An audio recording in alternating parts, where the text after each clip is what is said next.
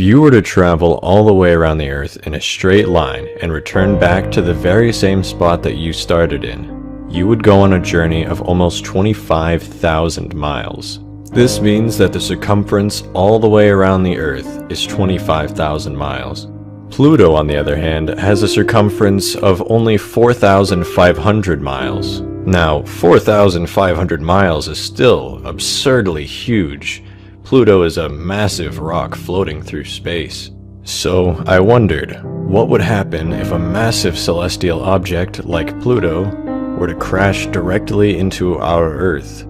The reality of such an impact is terrifying, but at the same time, it's an amazing sight to watch.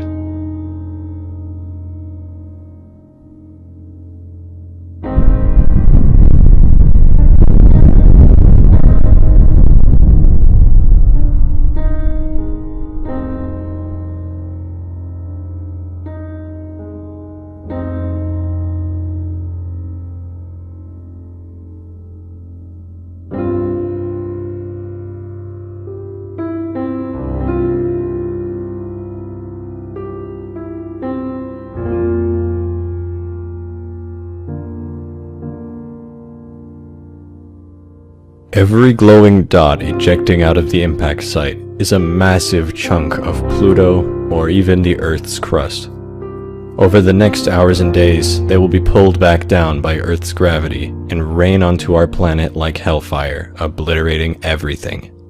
At this point, it should be clear that all life on Earth will inevitably die.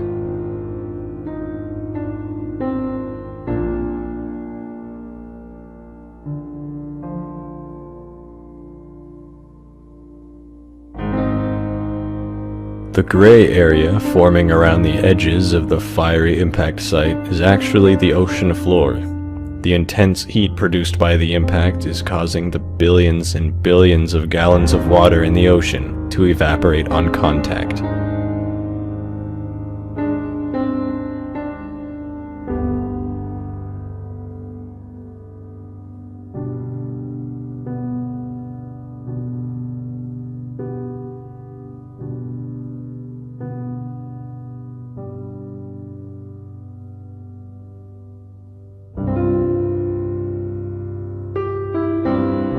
When the simulation is sped up to many times normal speed, we can see that all of Earth's oceans evaporate. The heat from the original impact spreads throughout the entire planet, heating it from the inside out.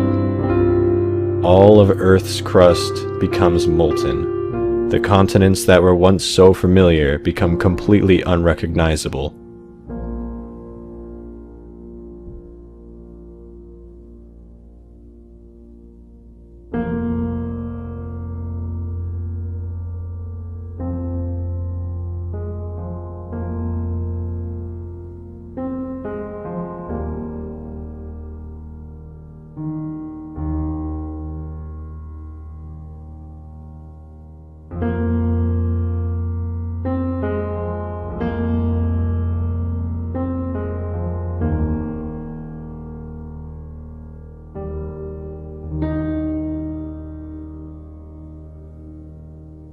Eventually, our Earth would cool down and it would return to its former state. It would have an atmosphere and water would come back to the oceans.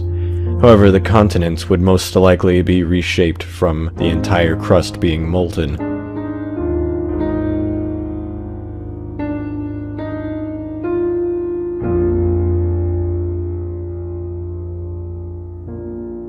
The point that Pluto actually impacted the Earth would likely be a permanent large crater. It would take many millions or even billions of years for something that large to be removed from the Earth's surface.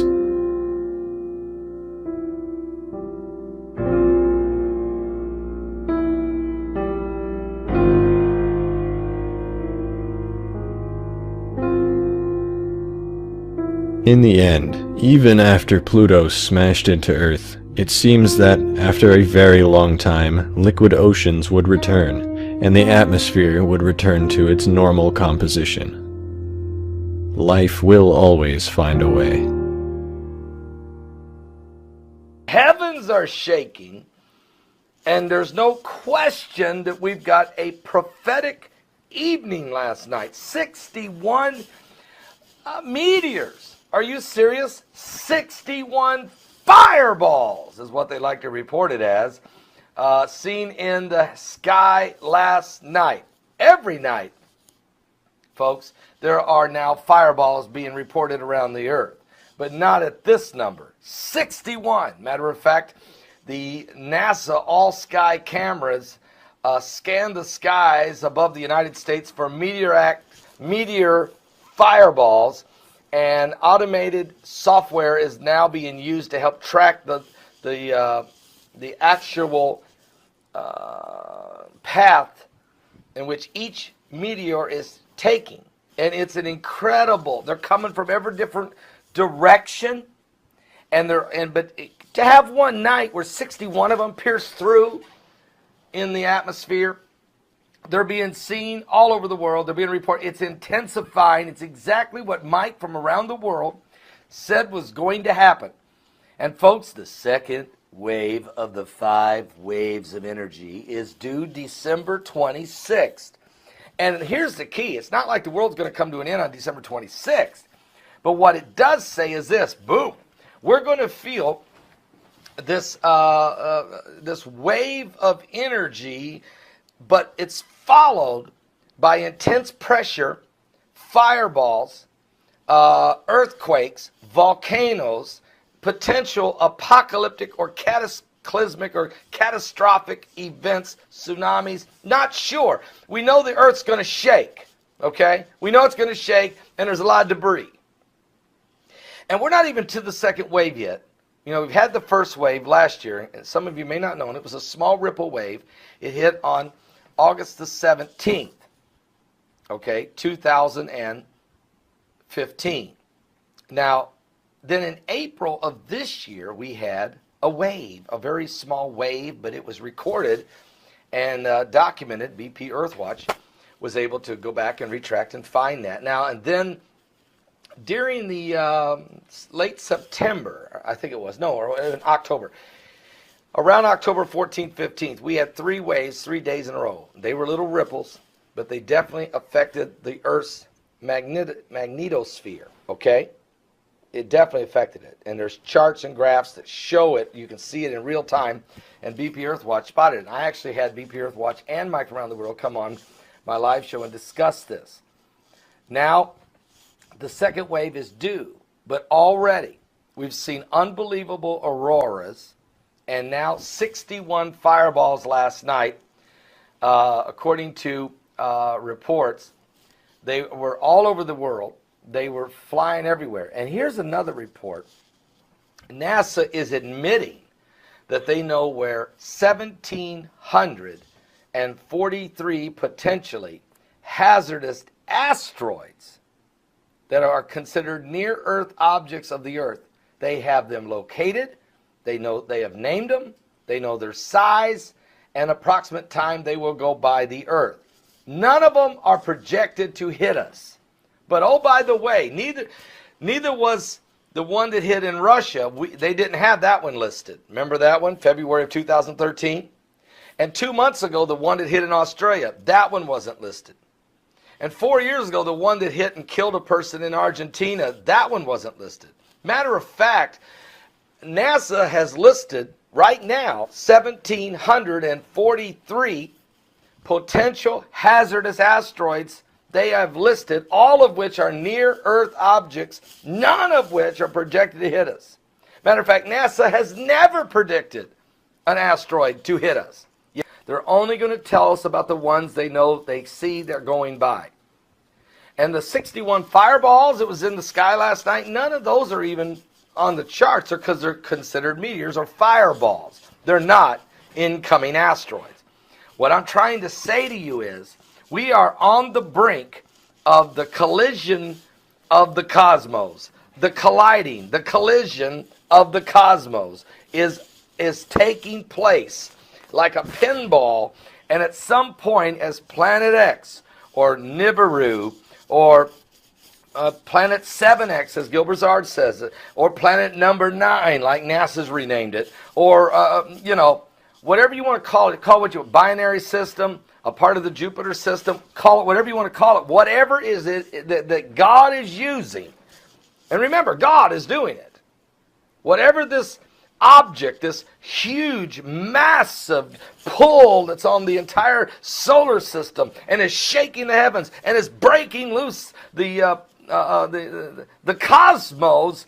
There's a collision of the cosmos. Something's breaking loose the asteroids, the meteorites, the fireballs.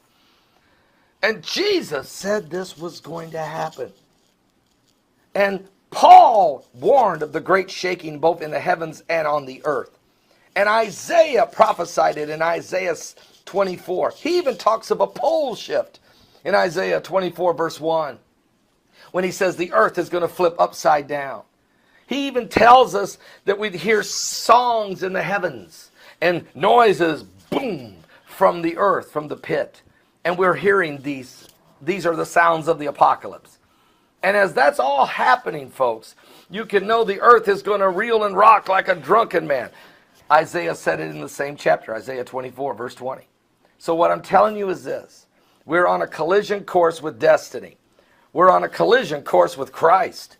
You're either going to meet Christ in the air, in his glorified body, you change in the moment of a twinkling of an eye, or you're going to meet the wrath of God on a collision course with humanity's judgment, when the wrath of God and the seals are broken, poured out upon this planet, and the men are going to run for the rocks and the mountains, and they're going to cry to them to fall on them and to hide them from the face of him that sits on the throne. I'm promising you something. Every knee is going to bow. Every tongue is going to confess. Every eye is going to behold him. They're going to confess that he's the King of kings, the Lord of lords. Whether you believe it or not, the hour is coming. Are you serious? It is the coming apocalypse. Give your life to Jesus Christ. And get the joy of the Lord. Because are you afraid, Pastor Beckley? No. I'm not afraid at all, because the Bible says when I see these signs that I'm to look up. When I see these things coming to pass, here it is. There shall be signs in the sun and the moon and the stars, and distress of nations with perplexity, and the sea and the waves roaring. Men's hearts will fail them for fear, for looking after those things that are coming upon the earth, for the powers of heaven shall be shaken, and there's going to be a collision in the cosmos. Then shall you see the Son of Man. It says, look up. Right then, when you see all these things happening, look up. Lift up your heads, for your redemption draweth nigh, because you will see the Son of Man coming in the clouds with power and great glory.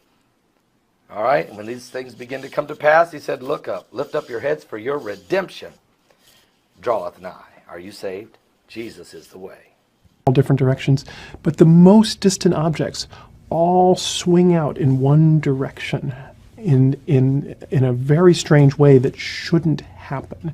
And we realized that the only way we could get them to all swing in one direction is if there is a massive planet also very distant in the solar system, keeping them in place while they all go around the sun. And we started looking at this and thinking, this must be either a coincidence or it's caused by something else. It can't be caused by a planet, because that's crazy. There are no planets out there. I went from trying very hard to be skeptical that what we were talking about was true to suddenly thinking, oh, this actually might even be true. So the object itself likely is more massive than the Earth, probably a little bit less massive than Neptune. It sits right in between that terrestrial to giant icy planet range. Its orbit, unlike the orbits of the known planets, is not nearly circular and planar. Instead, it is exceptionally wide, 20 times bigger than the orbit of Neptune. The orbital period of the Earth is, of course, 1 year. Right? The orbital period of Jupiter, the big player in our solar system, is about 10 years. The orbital period of this putative ninth planet is 20,000 years. We have nothing like it in the solar system, so it's new for us. It is, however, the most common mass of planets that have been found around all of the other stars. People have always looked at all these other planets in this strange mass range and said, wow, I wonder what these are. I don't know what these are because we don't have anything like it in the solar system. Looks like maybe we do. I'm really hoping that as we announce this, people start a worldwide search to go find this ninth planet. Again, solar stream is coming from the right. That's where the sun is. All the plasma in the blue is being blown backwards. That's a part of our protective shield here. 2 hours missing. 5:37, exactly the same time. Everything goes haywire. Come up to that point again. Everything's coming from the right. Bam. Now the black lines are our field lines. That's our magnetic field lines. Very important. They have now bent backwards at this point. People have talked about Planet X, Nibiru, Planet 7. If there's an object coming in, would it have orbiting planets? Would it have debris with it? So this is some stuff that piqued my curiosity that I'm sharing with you here. All of this stuff will be linked. I suggest you go to the Caltech thing and watch the whole video. But anyways, I'm going to try and get through this quickly for you. Planet X to really cause mass extinction this month. This is April 9th, 2016. We're going to come down here. Thanks to science, we know that the larger the celestial body, the bigger its gravity, and consequently its ability to affect other, smaller bodies around it.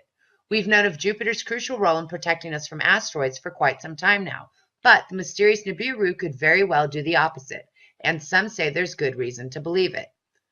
We're going to come down here.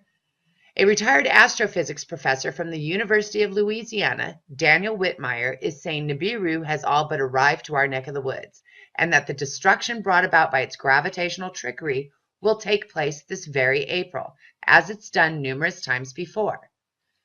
Then we're going to come down here. Earlier this year, we started seeing space anomalies manifesting in a small group of objects, which have been taking on a peculiar orbit, all the way past Neptune, and it resurrected a 100-year debate. And then we're going to come over here, because again, this stuff just piqued my curiosity, and I wanted to share it with you. This is fire officials' reclaim report of possible meteor strike in Bowie. This is Bowie, Maryland. This was on April 25th, 2016. And we're going to come down here where this was put out by the Bowie Volunteer Fire Department. Possible meteorite strike behind Scarlet Oak Terrace causing a massive brush fire. And then we're going to come up here and see that when firefighters made it to the site, there was a large pit, which was 12 to 15 feet wide by 5 to 6 feet deep. And the fire spread to adjacent trees and brush and took approximately 15 firefighters 4 hours to extinguish. But again, they came out and said, nope, that should have never been put out. The post should have never listed a meteorite as the cause. Okay. Okay, so now we're coming over here. Was it a meteor? Solving the mystery of New Jersey's tsunami buoy. April 25th, 2016. A tsunami warning device about 200 miles off the coast of New Jersey went into event mode over the weekend, but there were no giant waves threatening the shore. There was speculation that the drop could have been triggered by a meteor because the Lyrid meteor showers were active during the weekend. There also was speculation a submarine could have struck the buoy. So again, this stuff just piqued my curiosity, want to share. We're going to move here. Okay, so now here we are, coast to coast. This was from March 30th, 2016. In the first half of the show, retired investigative researcher Bob Fletcher talked about his contention that a rogue Planet X or Nibiru is coming our way and the disastrous effects it could have for Earth. He first became suspicious that something was afoot when he discovered that massive amounts of money were being funneled out of the government and the Federal Reserve. He concluded that these funds were surreptitiously used for the construction and stocking of underground facilities that will house the elite and members of the New World Order, while the arrival of Planet X wreaks cataclysms upon the planet's surface. According to his sources, the knowledge of Planet X dates as far back as 1983. So again, I was just like, well, that's interesting. And so we're coming over here because I remember hearing about Rumsfeld talking about the missing $2.3 trillion that they couldn't track on September 10th. And we all know what happened on September 11th, 2001. Nobody was talking about the missing money. So I Googled just to see, and there was this one, which brought me over here. So here we are, debunked. Rumsfeld says 2.3 trillion missing from the Pentagon. In 2001, Donald Rumsfeld said, according to some estimates, we cannot track 2.3 trillion in transactions. This has been misinterpreted by many people as 2.3 trillion actually going missing. However, it's really just about the way the money was accounted for. So here's the original source. Go look at it for yourself, right? Okay. Oh, well, golly gee. Page not found. Okay, well, there was another link, right? Here, we can also see this. Huh. No input file specified, but yes, there was. So again, this was something, this has gone long, but it really, really piqued my curiosity. And I wanted to share it because, again, trying to put the pieces together. Here we are. He first became suspicious that something was afoot when he discovered that massive amounts of money were being funneled out of the government. And then, I don't know. This just made me go, that's interesting.